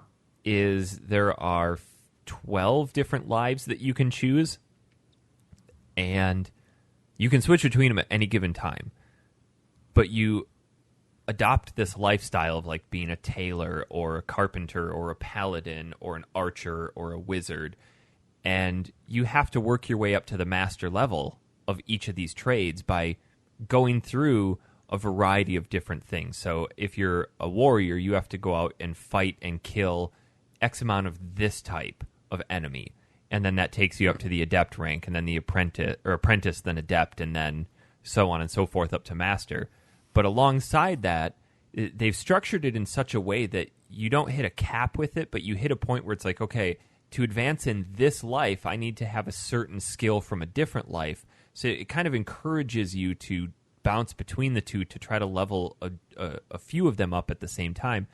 Concurrently, you're going through this really deep, really engrossing storyline that's pushing you forward through this game. God. I've put so many hours into Fantasy Life, and the music in it is incredible. Is it a level 5 game? I believe so. Don't quote me on that. Okay. I'm going to quote you on that. It is level 5, thank you. Nice. It's So, yeah. if you have a 3DS and you even have a remote interest in life simulator style games, you have to play Fantasy Life. I've put 50, 60 hours into it and feel like I've barely scratched the surface. It looks really good. I mean, it's from the Professor Layton and Dragon Quest guys. And it's level 5. They rarely Yeah. make a bad game. Yeah, that's Ni no Kuni, right? Yeah. Oh, yeah. Get it?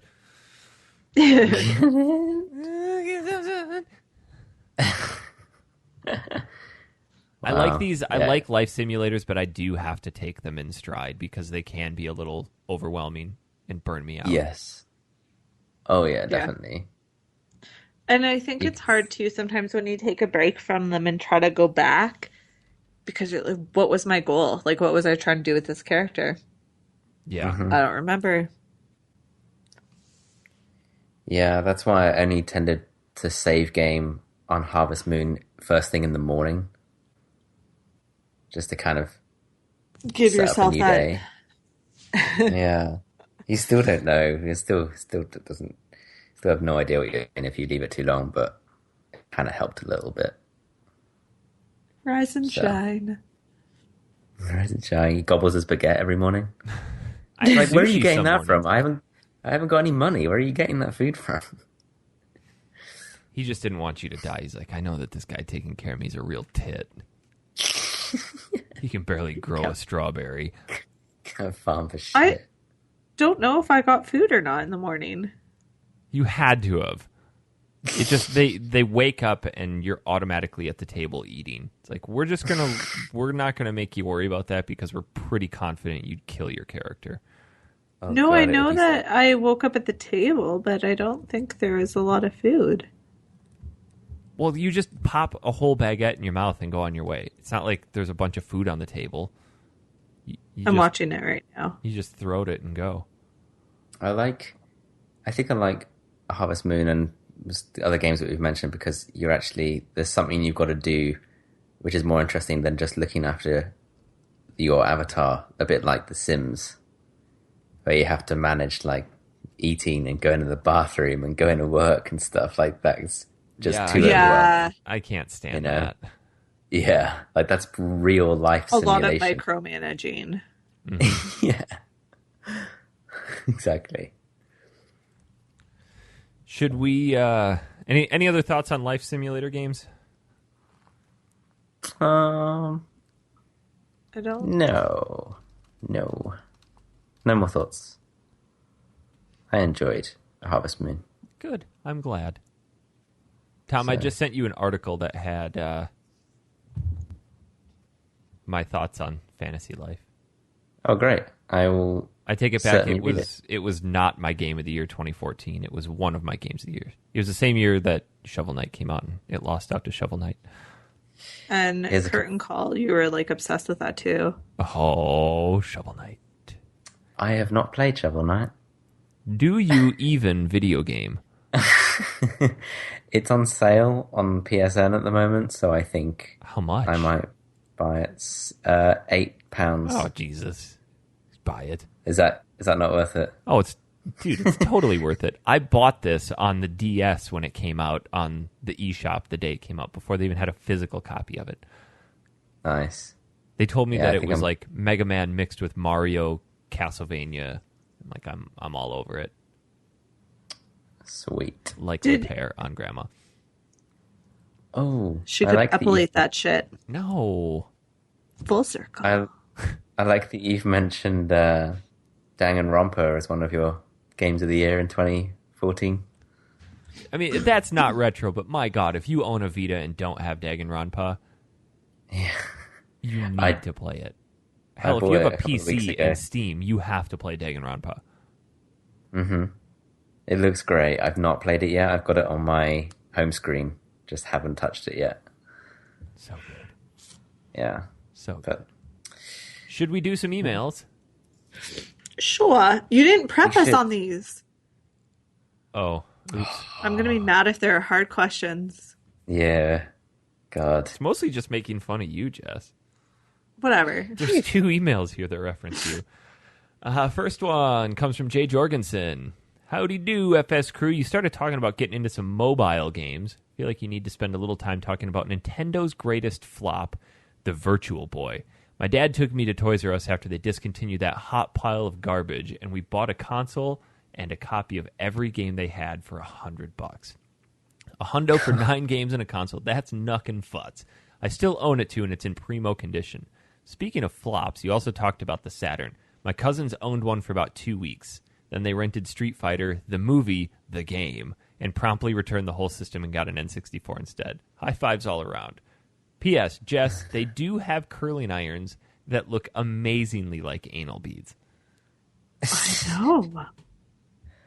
She knows. It's crazy. Because they're used to, like, it gives your hair a different curl, like a little bit more of a bouncy curl. I'm glad you finished that because you ended it like they're used too. Oh. Yeah. Used curling iron No. anal beads. Did you guys ever play the Virtual Boy? No. Apparently it gives you headaches. I've never played it. I remember this when it came out, and they had a display of it at a Toys R Us in our mall. That's all I wanted. Every day we'd go to the mall, or every time we go to the mall, I'd just stand and play it. I had a buddy that actually owned it, and he said he would play it for hours on end and come out cross-eyed. Oh. To the point where, like, his mom made him get rid of it. She's like, I don't think that's healthy. We never got them in Europe, the Virtual Boy. It was terrible. The Wario Land game for it wasn't that bad. The Wow. tennis game was okay. But Was it kind of red? Like, as in the graphics? it was all The red. red lines? It was all right. Yeah. I got wicked motion sickness, so I think I would puke. Probably. I'm just looking at a screenshot of Mario Tennis from the Virtual Boy, and it looks like it would really fuck with your vision. Yeah, It's it looks blurred. It looks really blurred. Like it looks like when you look through those classic 3D glasses, but they're quite misaligned. Yeah. God, what a flop. it was not very good. There were only 22 games released. I think there was only And then 9 that made it to the States.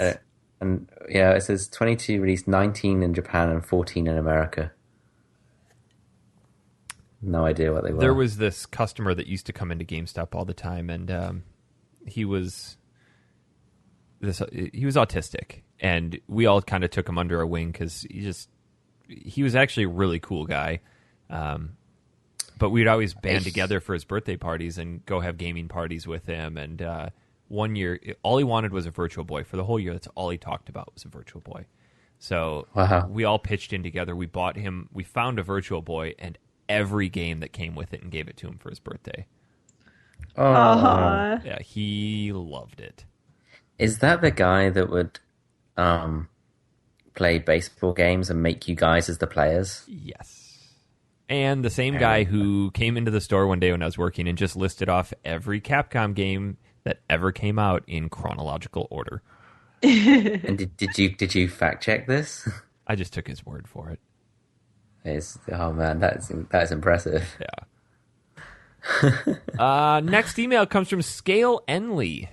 Greetings, Factory Seal crew. Just a quick note to say that, yes, a D&D episode would be amazeballs. Can't wait for it. I would DM for you, but with time zone differences, it's from Australia, and me having zero experience with online DMing, probably not a good idea. On that topic, though, pulled out these bad boys and have been looking through them. Picture attached. My question is, which version of D&D would you be using? Second edition is the best, but no pressure. Keep up the good work. I have no idea. Wow, I wish I could have any clue on editions for D&D, but I'm a huge newbie. So here's how I'm playing 5 right now. Here's how I envision this happening. We all just create our characters and backstories and just show up to this shit show and see what happens. I'm down. I've never played D&D, so I have no idea what you even do exactly. all I know is that we would need to set aside like at least 5, maybe 6 hours to do this. Like, we would need to schedule this and plan our lives around it. Yeah. Oh, Like, it hey, is. 3 months from now, we're going to do a Saturday stream of D&D live. What for show are 6 we on hours. right now? Like 106, 107. I was going to say maybe like 150 would give us enough time to like character build, backstory, find I really a DM. think we're going to put that much get a time into it. Like, campaign. I fleshed out 90% of your character on Twitter in 3 minutes. You can't. I don't think there are human half breeds in D&D. I'm like almost 100% So they positive. went to a new planet and found it.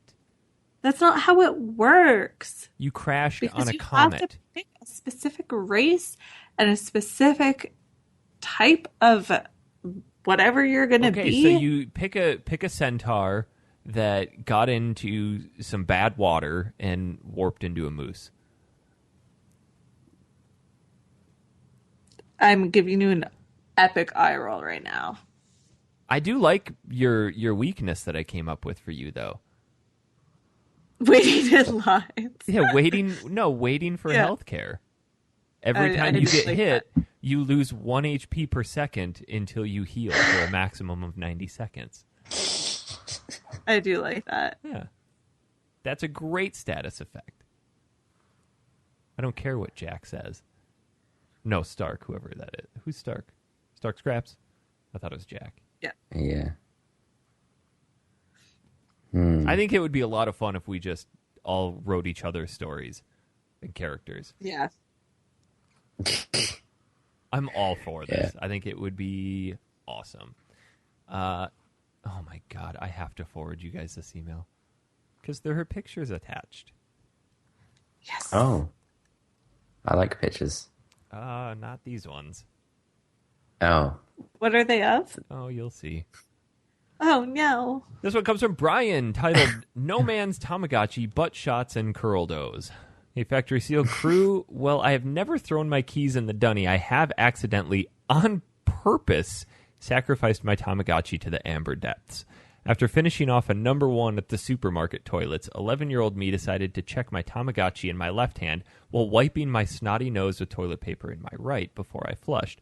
Instead of chucking the snotty toilet paper into the bowl, for some reason, I threw the Tamagotchi into the toilet.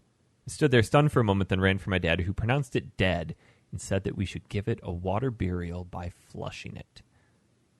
After saying a teary goodbye, we sent it down into the great beyond. Sincerely gratuitous butt shots. P.S.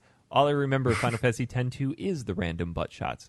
P.P.S. I seem to be one of the few people who can play No Man's Sky in PC without it blowing up. Having a lot of fun running around disintegrating stuff, though I can see why a lot of people are disappointed. Seems like some people got sucked into the hype train while not knowing what the game was actually going to be about. Also, the fact that on PC it's a 50-50 chance the game would actually work pisses a lot of people off. All I can say is that I am sad that I haven't found any dick monsters or dick rocks yet. PPPS. My girlfriend thought I was looking up dildo pictures, but they were just curling irons. Those That's are two amazing. dildo curling iron references Wow. in one show, Jess. I mean, that middle one, is that what we were talking about that looked like anal beads? Yeah. Why does it Yeah, come with That's a yeah. what you glove? wrap your hair It comes in the around. glove. Yeah, because you're supposed to, it doesn't have a clip, so you have to wrap your hair with the gloved hand so you don't burn your hand. Why don't they just Oh, put I a see. clip on it? Because that's not how you, like, you wrap your hair versus clipping and then wrapping using the curling iron to do the wrapping. Does that make sense to you? Back to my No. previous comment, Like though, instead, being a woman sounds like it's a lot of work. well, you want flawless hair. I don't want But anything. no one uses the gloves. Like you, I feel like you're a bit of a baby if you use the glove that it came with. You just like, man no. up and burn the shit out of your hand? I still have a burn on my arm from my sister's wedding, June 10th. I burnt my arm on a curling iron, and it's still a scar. I will post a picture of my burn mark. That's what you gotta do. You just gotta woman up and take the burn Is it for flawless a hair. burn on top of your kitty tattoo? No, on my wrist. My cat tattoo's on my side. Aw. Get your shit together. No shit needs to be together. Oh, hi, cat. If you want to send us an email, factorysealed@manatank.com or podcast@factory-sealed.com. Either one of those will make it to us. We are off next week because many people are out of town. Oh. Dan will still be out of town. Tom, aren't you going to be out of town? I'll be here next week. Oh, well, I'm not. Maybe, I know. You're not here on the 28th. You're not. Jess isn't here on the 28th. So our next show will Correct. be the 28th, and that is when Dan and I will be doing the first half of Dark Cloud 2/Dark Chronicle. Yep. Correct. So after Exciting. that, the September 4th show is when we will be doing Wario Land Super Mario Brothers 3. Super Mario Land 3, sorry. Yep. I think. Which I'm excited about. Heck yeah. Because I looked at the box art and it reminded me of 10-year-old me. Aw, 10-year-old Tom. Not a care in the world. Didn't know the government not. anything. Yeah. Now it owes him. That's how he do. Where my dollars that's- at? Exactly. Yeah. Give me it. I was Yeah. going to buy No Man's Sky with the rebate, but I don't think I will now. Don't. You should just go to the government, like blaring, like, bitch better have my money. Just for the ghetto blaster. Yeah. Channel your inner Rihanna. Inner Rihanna. How about the outer Rihanna? Like, what if you are just the embodiment? Well, then they're golden.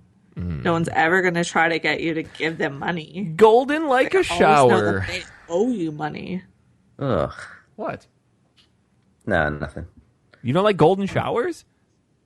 They're okay, I guess. Like they're warm. They're warm God, at I least. don't want.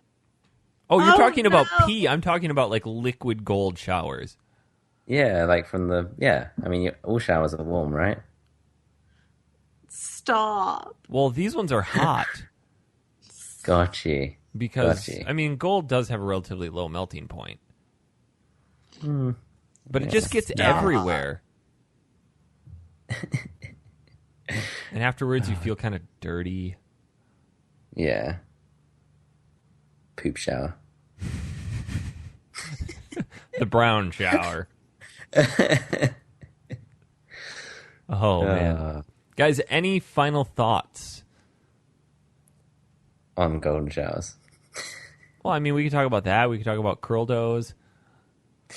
We could talk about I was just finishing games. I was just finishing your sentence for you. Oh. But I don't have any final thoughts. Thank you for playing Harvest Moon and giving it a fair shake. Oh, thank you for recommending. I have picked it up before, but I'm glad I actually put some time into it this time. Do you foresee yourself just on your own time playing any more of it? I think I will. Who are you going to today. romance? Yeah. My dollars. Got to romance that bank account, son. Just gonna, just gonna roll around in my G's. Yeah. Then all them girls come flocking. To be rolling around in G strings. Yo. Ooh.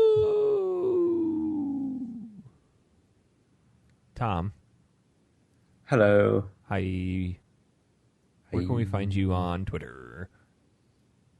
If you want to find me on Twitter, you have to go on to @hyperjelly. Oh, fantastic. Jessica, At I am a Jess. you can find me at Honest Pizza or the show at Factory-Sealed. You can find us on Facebook.com/Factory-Sealed. Want to take a minute to... Just sit right there. I'll tell you all about the time. I forget the rest of the word. I fucked that up. Keep going, Jess. Let's just watch this thing crash right into the ground. Cup I is was struck on for a fire. cab, and when it came near, the license plate said fresh, and I got it had a dice in the mirror. On the mirror. Off the mirror? On the mirror. If anything, I could say that this cab was rare. But I thought, no, forget it. You're home to Bel Air. There you go. There's a whole See. other verse. Yeah, it's your turn, Eric. No thanks. I want to take a minute to point out we have one of our astute listeners is going to start contributing some articles to the website. Well, Mr. Sam Chun, Mr. Long Email himself. I've asked him because he's written such fantastic emails with a lot of really good content in them that we just don't have time to share on the show. I mean, I guess we do, But the but world should see them. it would just, it would take so long to read through it, and I think people would lose interest. It's better to be consumed on your own time. So we started putting up some of his stuff, his first articles on the website right now. It kind of talks a little bit about some of the games we played for this week and topics like that. So keep an eye out for that. I'll be sharing that out on Facebook. Cool. Yeah. Awesome. That's going to do it for this week. Woo! I don't have anything else. So we'll see you back in 2 weeks. Bye-bye. Bye.